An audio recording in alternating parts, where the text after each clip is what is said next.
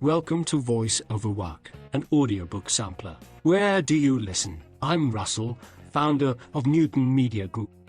Today is Monday, July 31st, 2023. Today's episode is the chapter-by-chapter review of Peter Hollins' audiobook, Think Less, Do More. This book is a psychological throwdown to your brain. Every chapter will get you motivated, moving, or slowly sliding into the first few steps of your next task goal.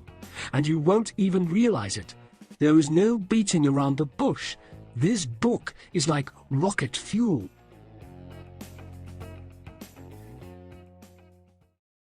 Part 1.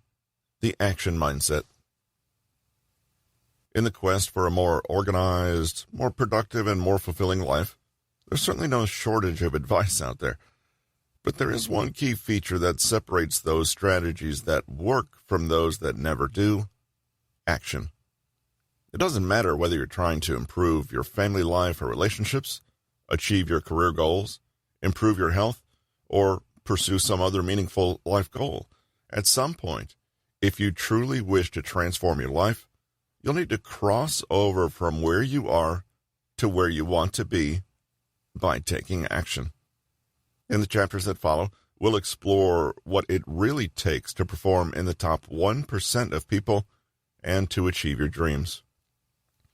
We'll see that a bias toward action is the single most powerful mindset to cultivate, since it's this that will keep you focused, effective, and clear. There are many myths that may be holding you back. For example, the belief that you need to strive for excellence at all times. You need to constantly find ways to motivate yourself. To be like super successful people, you need to learn to banish fear and be completely confident. But what if you knew that none of this was required for genuinely transforming your life? In this book, we'll be looking at the single factor that has the power to move you forward in life and how to develop it every single day. We'll turn conventional wisdom upside down and learn effective ways to prioritize, make decisions, beat procrastination, get organized, and start taking real risks that bring real rewards. Let's dive in. Chapter 1. Lower your standards. Yes, really. If it's worth doing, it's worth doing well. Have you ever heard this? Perhaps you were one of those people who grew up with a parent telling you this. On its face, this advice seems sound, inspiring even. Try your best, do things as brilliantly as you can, and don't let yourself get away with half measures and lukewarm effort. Wouldn't it be great to hold yourself to high standards this way, to strive for excellence, and to apply yourself fully to your endeavors? Well, of course it would. But consider the unspoken part of this advice. If it's worth doing well, or else don't bother. To begin cultivating a mindset that favors action, we need to dig deep and unroot all those attitudes and beliefs that are actually working against us.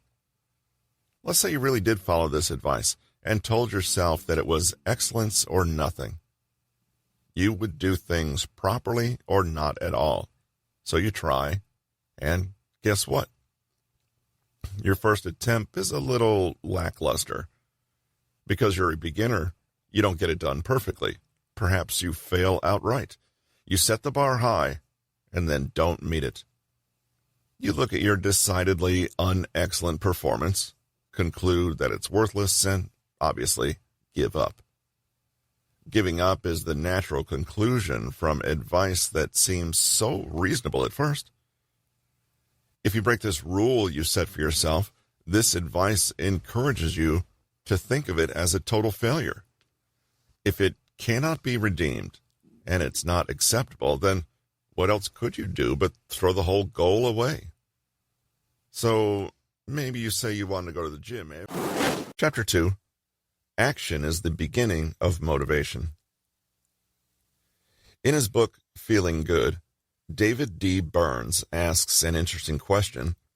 What comes first, motivation or action? Conventional wisdom tells us that we need motivation in order to act. After all, isn't this why motivational speakers exist? We think, perhaps unconsciously, that we need to find enough inspiration and energy before we can be roused into action. If we don't feel inspired or energetic, we usually don't act. But Dr. Burns claims that this kind of thinking is actually backward and that it's really that action creates motivation. Action makes you feel motivated, which in turn makes you want to do more. Have you ever felt like you were in the zone? Most likely you were enjoying the sensation of building up the momentum of motivation and inspiration. Perhaps we can blame a self-help culture that relentlessly insists that we bring passion and drive to everything we do.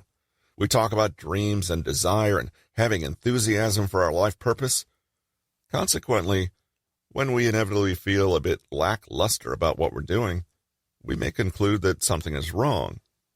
Maybe this isn't our life's calling after all, or maybe the time isn't right.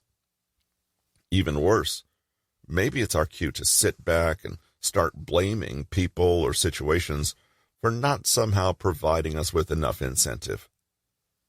We can make a kind of unconscious deal with ourselves that goes a little something like this. I'll act to improve my life, but not yet. First, I'm going to wait till it's really bad. The motivational speakers tell us, you gotta want it really badly. And because we don't really feel that way, we shrug our shoulders and put off taking action till later, when maybe we'll feel more fired up. The trouble is that the more you don't act, the easier it is to continue not acting. The opposite of momentum here is inertia, the tendency to keep on doing nothing. Whatever you were fearful about gradually starts to seem more and more scary as time goes on. Whatever laziness you felt initially seems to have really cemented itself. Any doubts or ambivalence seem to have embedded themselves as foregone conclusion. It's another self-fulfilling prophecy. The longer you wait to act, the harder it is to act. You might even miss opportunities or let the moment go stale as you delay and procrastinate. The alternative is to not sit around and wait for some magical set of external conditions that finally means you're permitted to act. The alternative is not to make your action dependent on any external criteria at all, especially not some flimsy and transient feeling of inspiration. Think of inspiration as something nice, but very temporary. It's like a bright spark that gets a fire going, but it only lasts for a few seconds before disappearing. If you want to maintain and build that fire after the spark has started it, you'll need something else.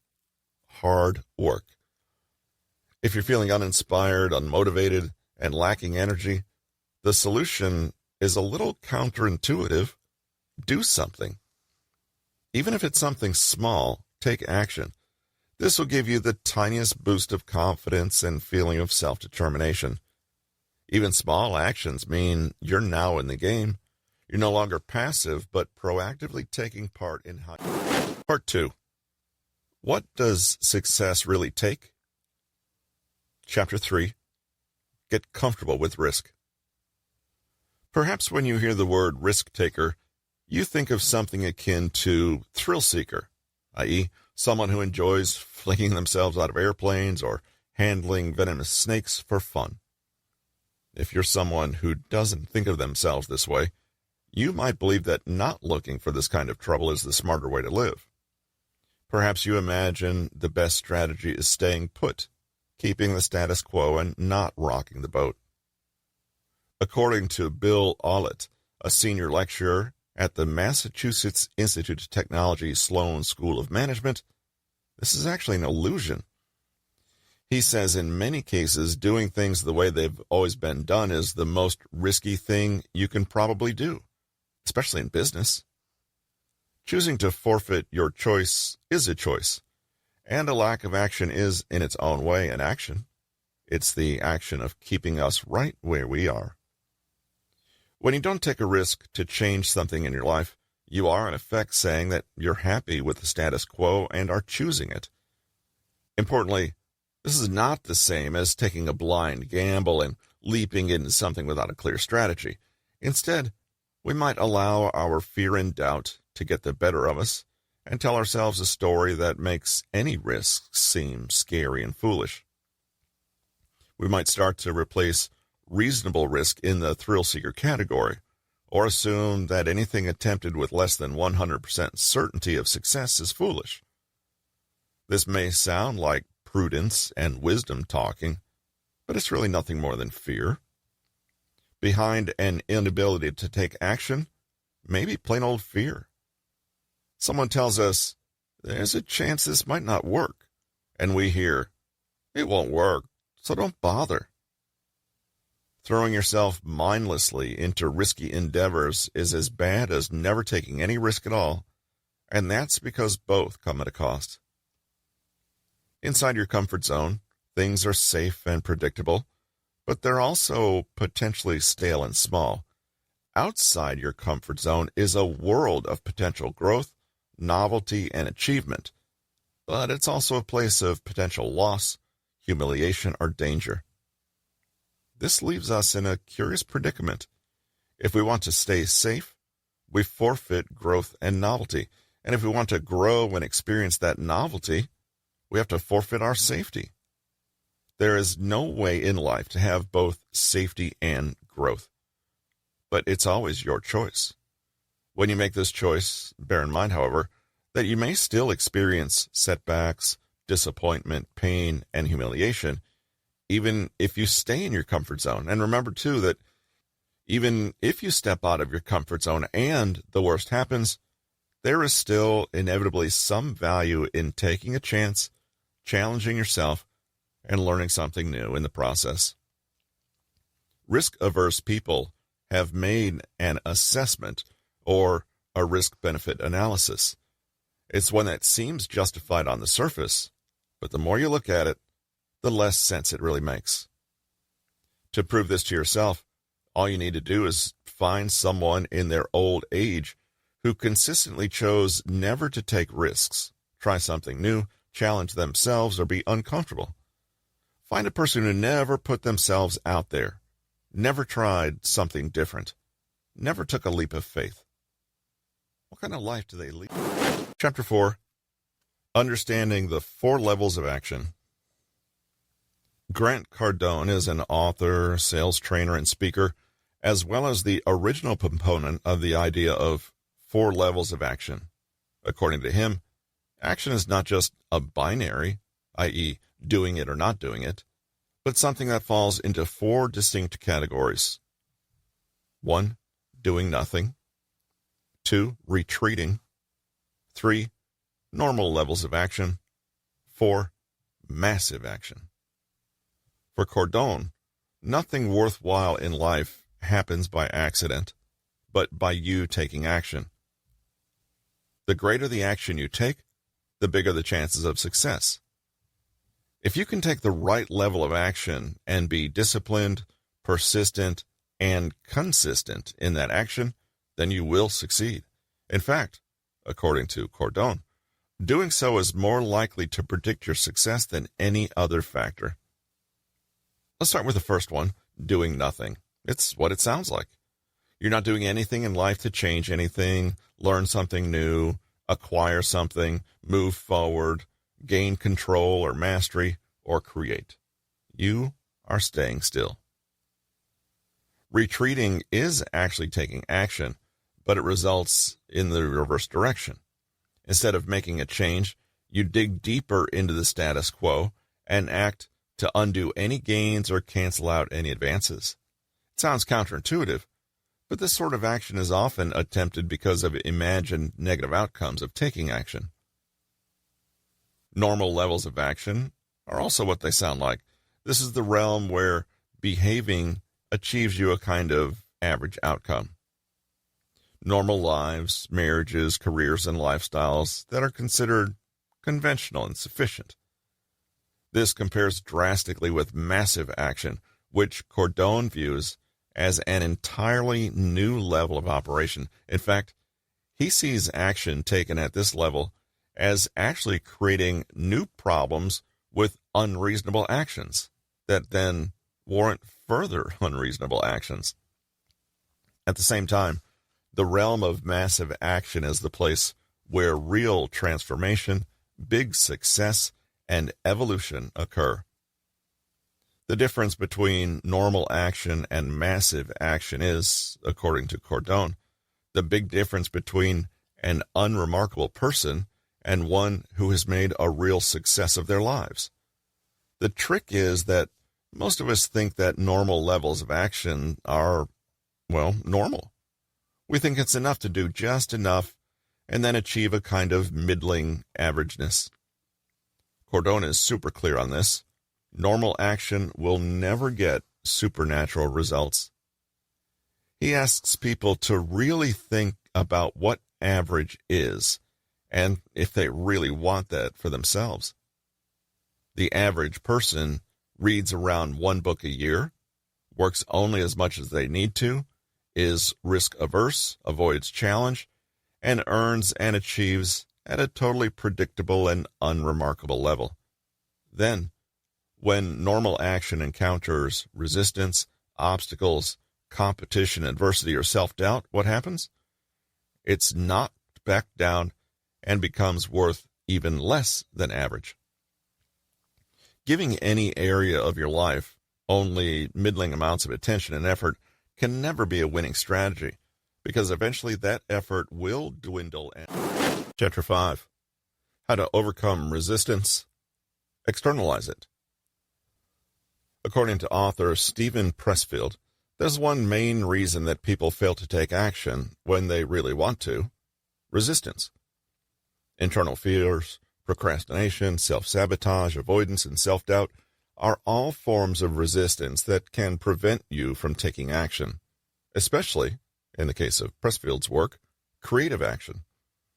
In his renowned book, The War of Art, Pressfield explores the idea of resistance and gives readers advice on how to push past it.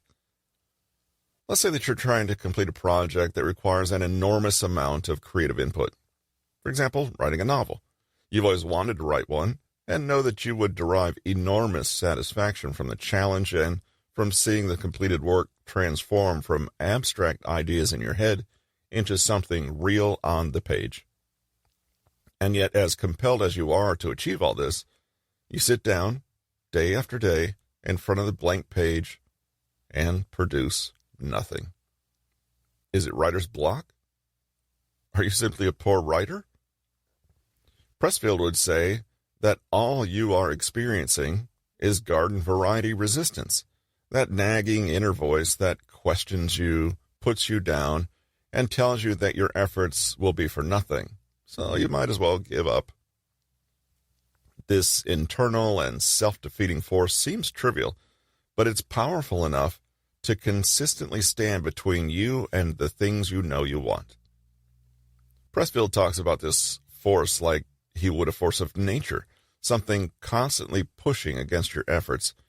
It's all the negative thought patterns, blind spots, low self-esteem, self-biases, laziness, and plain old fear that keep us unable to act. Even worse, the more we procrastinate or avoid our task, the more our inner resistance might encourage us to think of this delay itself as proof that we are incompetent. It's not just artists who struggle with this. Anytime you're trying to create something new, you may encounter resistance, whether you're trying to invent something, compose clear communication, or launch a business endeavor. Pressfield states it clearly: you are not your resistance.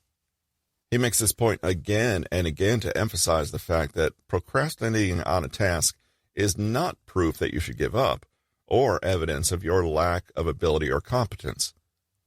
Simply, feeling resistance is normal and not a reason to give up or give in. All it really is? A common reluctance that all human beings experience during the creative process, and nothing to get worked up about.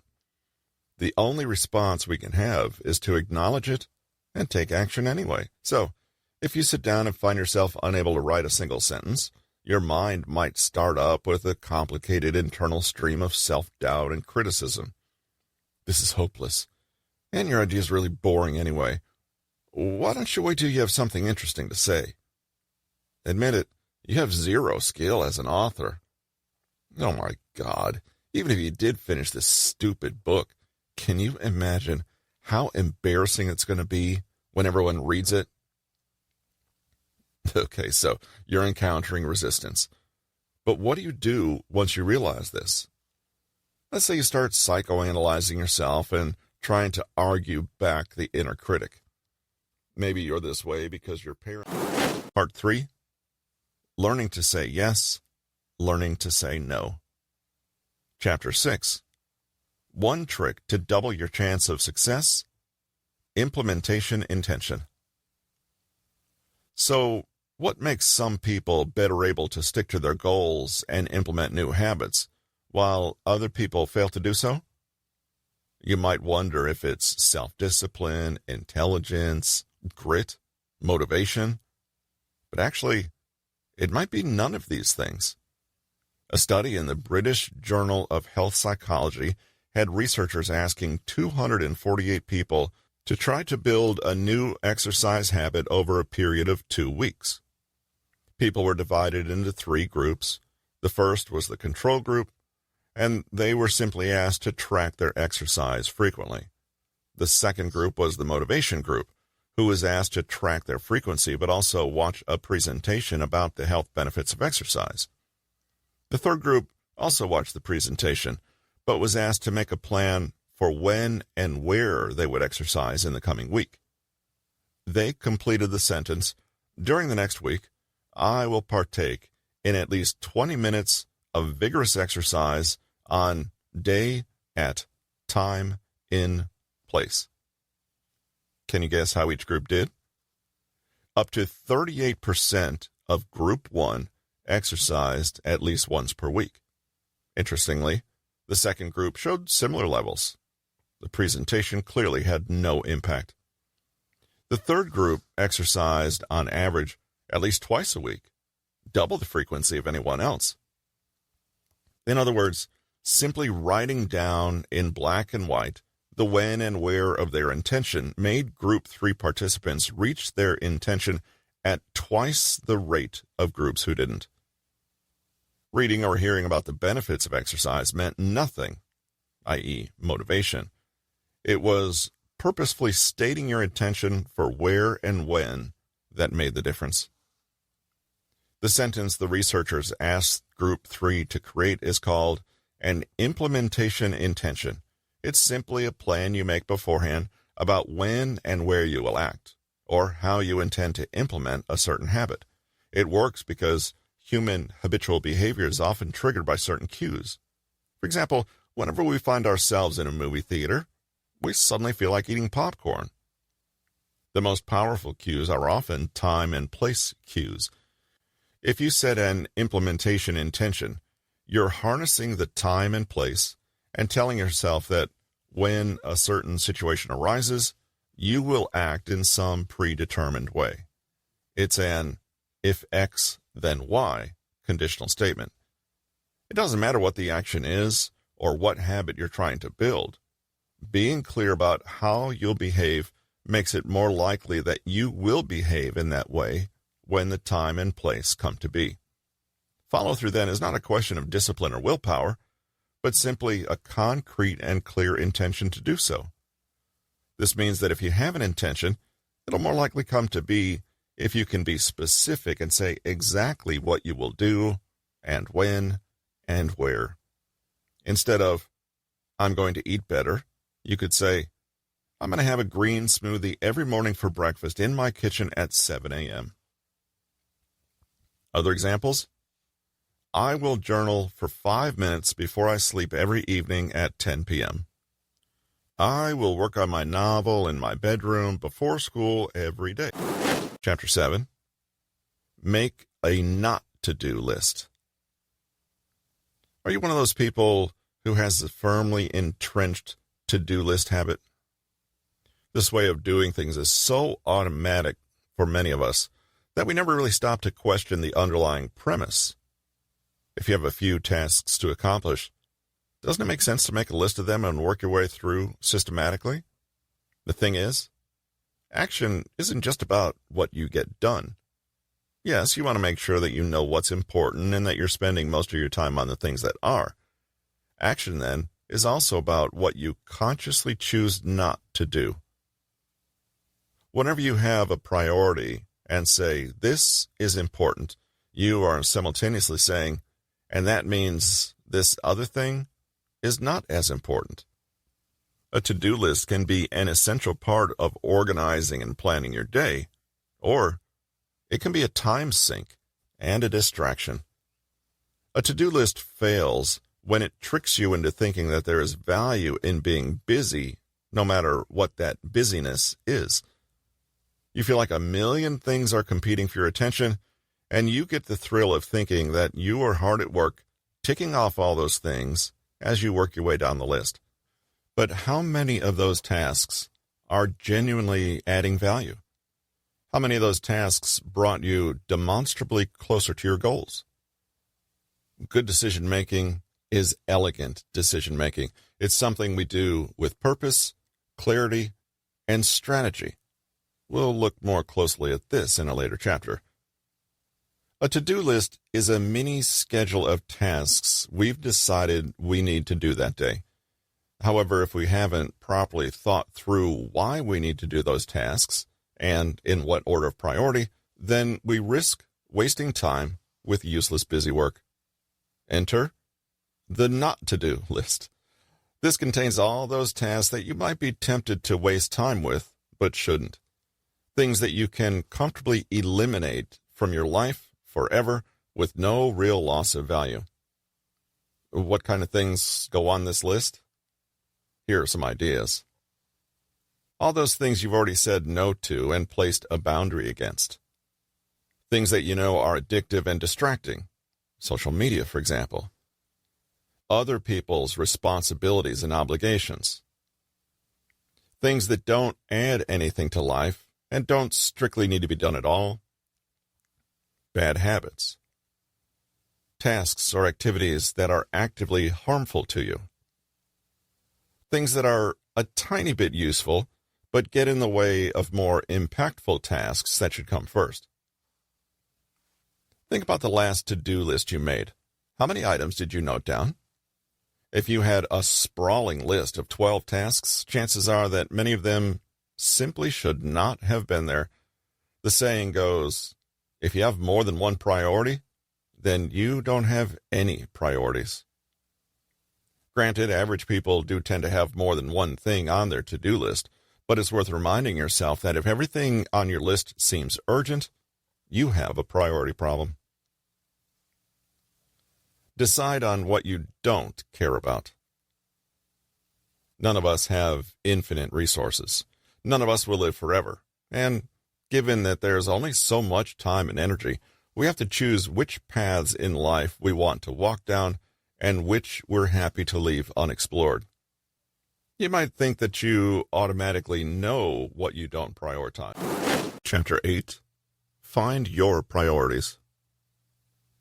If you continue to be fastidious about what you won't do, you might find that you naturally gravitate toward a clearer understanding of your larger life priorities. The following is a technique that keeps you organized and focused on what truly matters. The burner list. Blogger and author Jake Knapp hates to-do lists, claiming that most to-dos are just reactions to other people's priorities, not mine, and no matter how many tasks I finish, I'm never done. More to-dos are always waiting to take their place. To-do lists just perpetuate the feeling of unfinishedness that dogs modern life. However, he also feels like they're unnecessary evil and still uses them. After much trial and error, he created his own system called the burner list. The method is simple. First, gather pen and paper, and with the paper in portrait orientation, make 2 tall columns. The left column is for the front burner, the right column is for the back burner. Imagine that this is a cooker top with 4 burners in your kitchen. The front burner, the left-hand column, is where your single most important project is listed. Importantly, this is just one priority, no more. Write down this task in the top left quadrant, and then you can list the separate smaller tasks needed to address it below. Knapp recommends also keeping some counter space in the lower left quadrant, below your priority. This space is simply there for when you need to add more tasks to the main priority. But just like in a real kitchen, the goal is not to fill up your counters. It's to keep them clear for when you need the workspace. The back burner, i.e. the right-hand column, is for your second most important task. List out the tasks you need to tackle in the same way you did for the front burner. What about the lower right quadrant? Well, that's for everything else. The kitchen sink.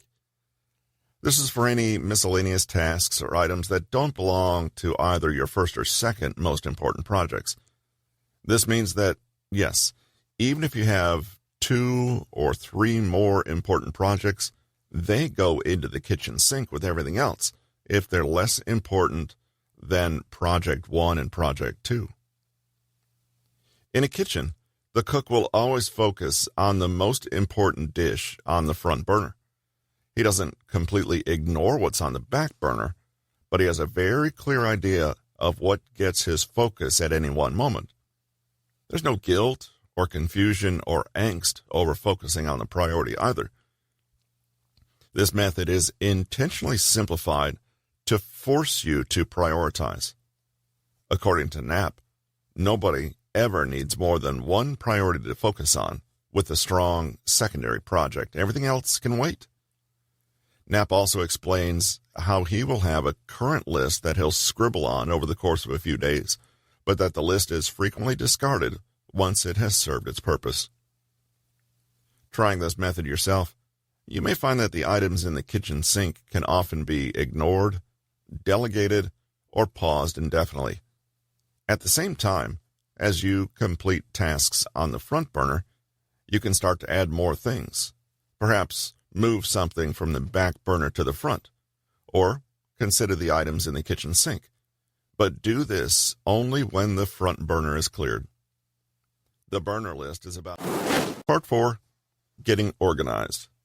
Chapter 9, Simplify your decision-making with a superstructure method. Sometimes it's pretty obvious what you need to do. For example, you don't have any clean clothes, so there's no question that you have to do the laundry. Other times, you're facing a big life decision that requires time, thought, and reflection. Maybe you need to decide whether to get divorced, move houses, have a child, choose a degree, downsize, upsize, or make some other big permanent change to the way you live your life. When things are not clear-cut, we need to contemplate possible options, weigh them, make decisions, and come to an action that is, hopefully, the best it can be. But there's a fact we cannot avoid. The decision-making process is not the same as action. Research, planning, considering options, deciding, assessing risk, thinking, these things all have their value. But at the end of the day, none of them is action. None of them will actually carry you from where you are to where you want to be.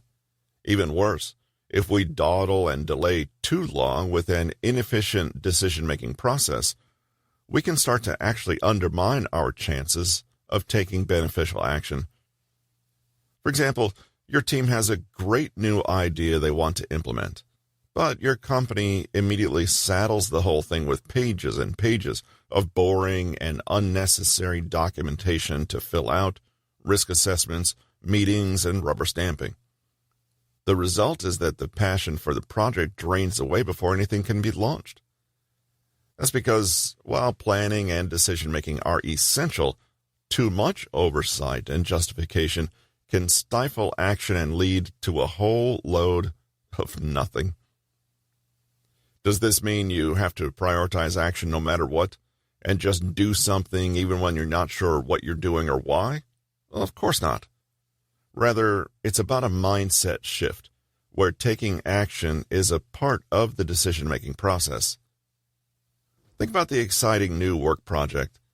Management might launch into a million different box-ticking exercises to make sure they're doing things by the book. But the truth is, beyond a certain point, they can't predict how things will play out. There's only one way to really know if the plan will work, and that's to try it. Your boss might say, "It's a nice idea, but I need you to do some market research first, because I suspect there isn't much interest." On the other hand, she could also say, "I don't know if there's any interest. Why don't you do a free short run this weekend and see who shows up? That will allow us to gauge initial interest." In the first case, she's dealing with an unknown variable, interest levels, by continuing to plan and deliberate. In the second case, action itself is a way to learn more about that unknown. Instead of guessing and trying to predict, you test. You try it out and see what happens. This saves you time, gets you answers, and moves things along. Whether there is or isn't any interest is beside the point. After that weekend of trying it out, you'll certainly know more than you did if you'd simply waited and tried to predict interest in a hypothetical or abstract sense. This principle of eliminating unnecessary steps and using action as a part. Chapter 10, David Allen's GTD, Getting Things Done. The acronym Getting Things Done, GTD, refers to one of the most well-known and widely used personal productivity strategies out there today. The method was created by author and productivity expert David Allen, and the first edition of the book with the same title was released in 2001. After 20 years, it's reasonable to conclude that the system has stood the test of time. If you use the GTD methodology correctly, you should find that it makes it easier for you to remain calm while working, to accomplish more, to be more creative, and to keep track of all the basics, including issues relating to both your job and your personal life. Basically, you create a written or digital record of everything significant, such as tasks, interests, projects, and other important data that's currently taking up space in your head, then work through it systematically, taking action. You externalize all of this, and then systematically break it down into specific, actionable work items and get to work on each, never losing sight of what your very next task is and how it fits into the bigger picture. To help you achieve this goal, Allen supplies a full set of tools, methods, tips, and techniques. Now, the book itself is highly detailed and more than 300 pages long, but it's possible to understand the gist of the overall system and begin to implement some of its insights right now in your own life. Naturally, Allen has the all-important bias for action and uses action as the ultimate benchmark for success. GTD has 5 simple steps: capture, process, organize, review or reflect, and engage. 1. Capture. Our brains are better at processing information than storing it. It's just the way we've evolved. That means that we gain an advantage if we can use some sort of external data storage, i.e., keep track of everything we encounter and make sure that when we encounter something useful, it doesn't just flit away again, forgotten forever. Building such a second brain frees up space and energy that you can then dedicate to higher-order intellectual, creative, or analytical tasks. Ultimately, you become more efficient. Not to mention, staying organized this way actually allows you to set priorities and focus, rather than just being reactive to demands and stimuli as they emerge in your environment. So, the first step in the process is to write down everything that comes to mind. Yes, everything. This could be books or articles you want to read, questions you want answered, ideas you want to explore, chores you need to stay on top of, goals, tasks that are required on the way to those goals, exploratory ideas and concepts, notes, shopping lists, records. All of it needs to be captured and placed in a kind of inbox for processing.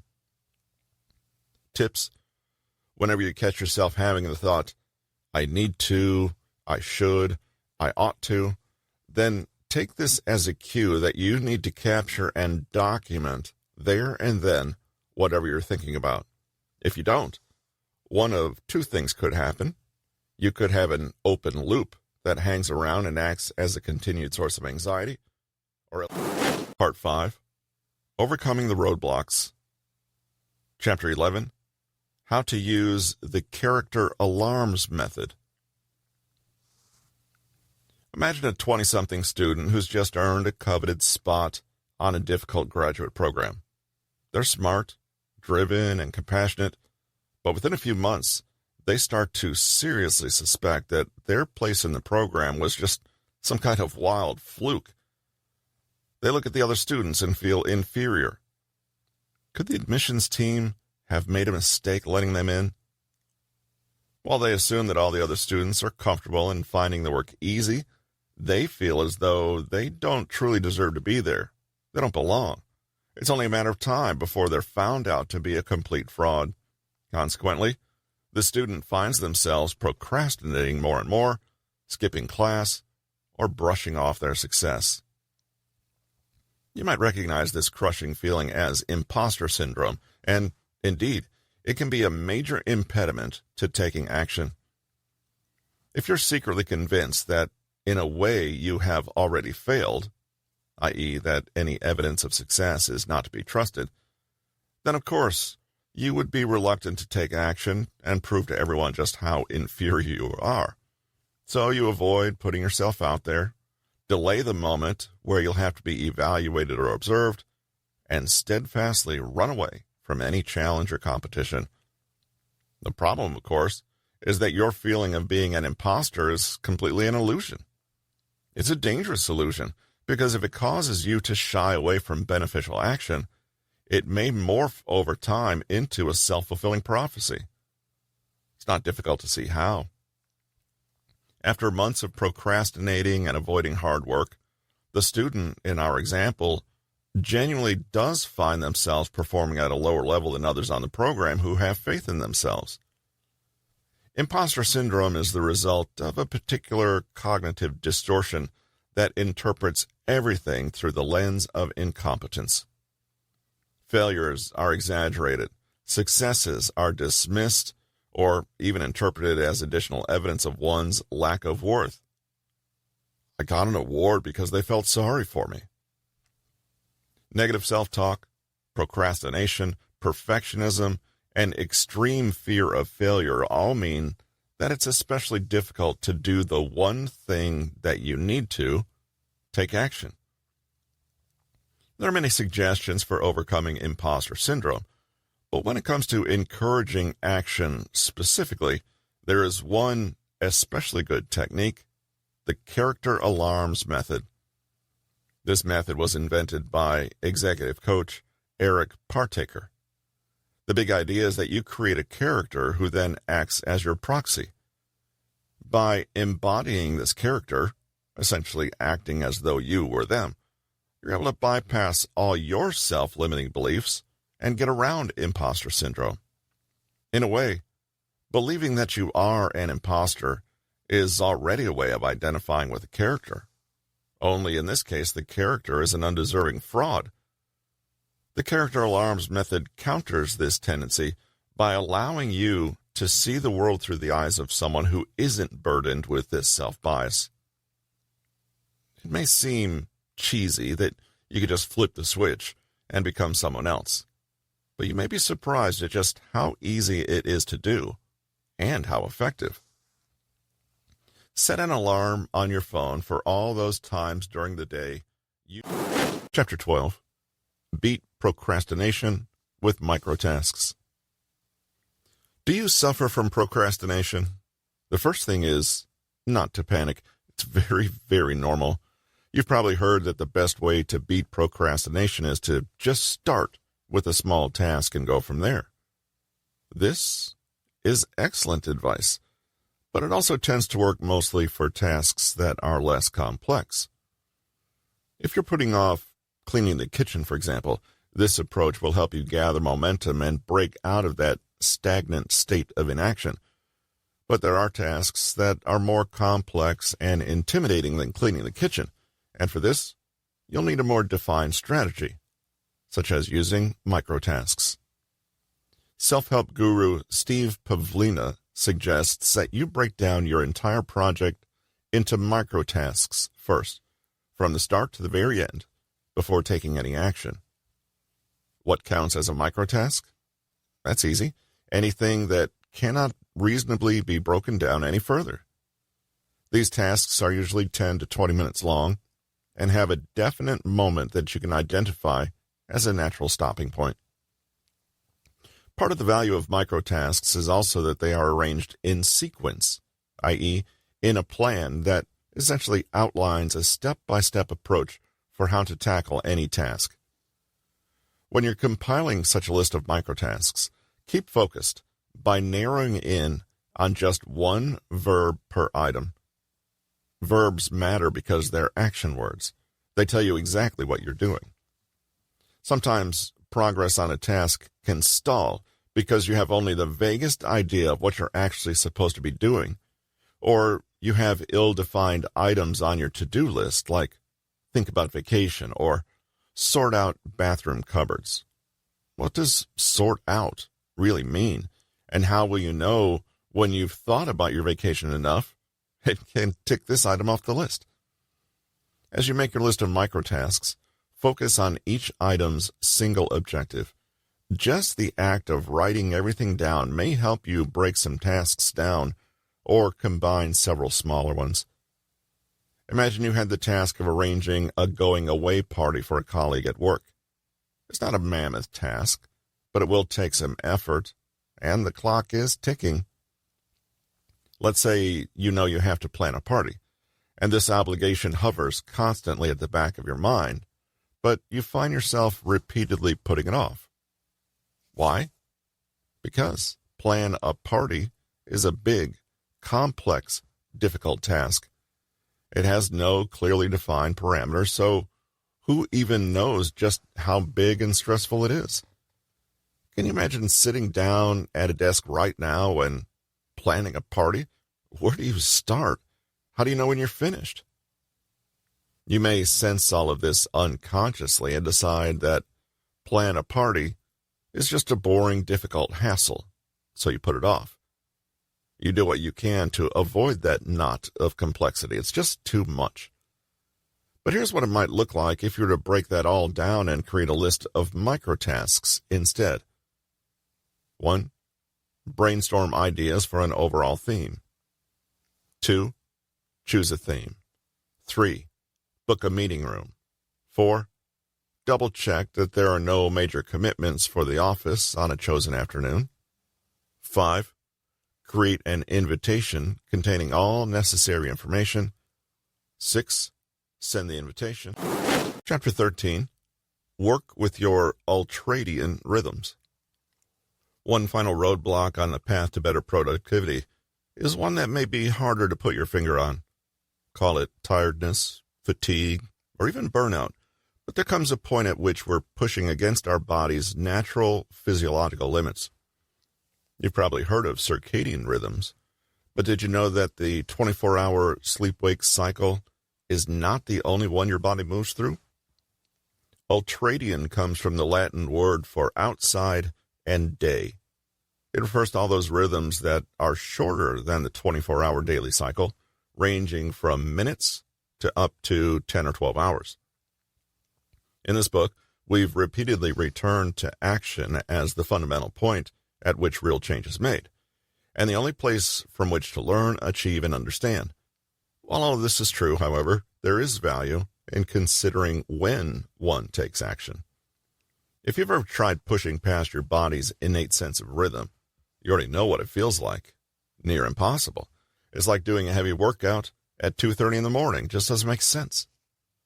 Working with rather than against one's own rhythms is not about slacking, doing less, or giving yourself permission to be lazy. Rather, it's about consciously deciding not to make things harder for yourself than they need to be, and not choosing to make an enemy or competitor of your own body.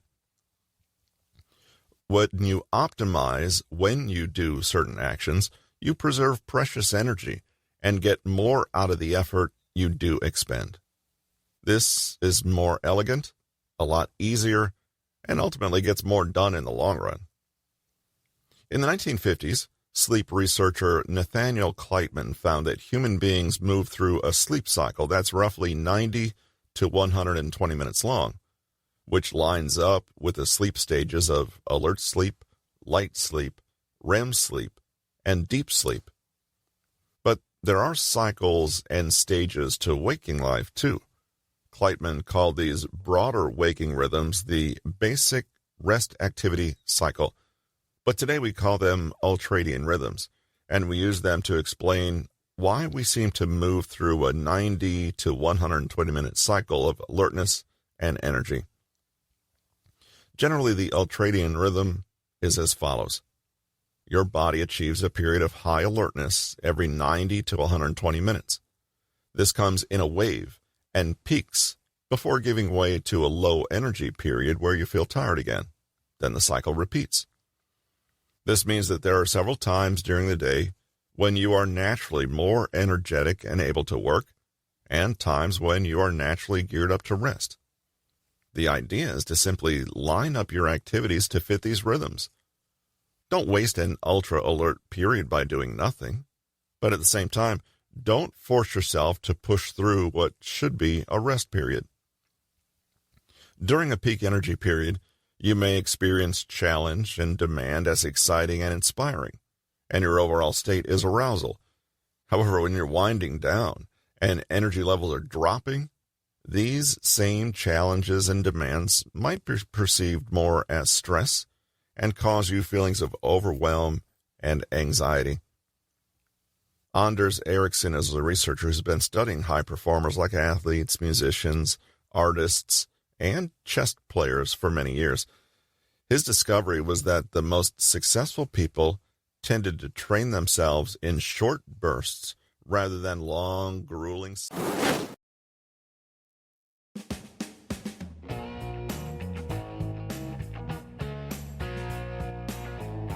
You have just listened to Voice Over Work, an audiobook sampler. Where do you listen? Thank you for tuning in. If you enjoyed today's show, head over to newtonmg.com for more information, or to bit.ly/Peter Hollins to gain access to the author's free resources. See you next week for the audiobook preview of another great title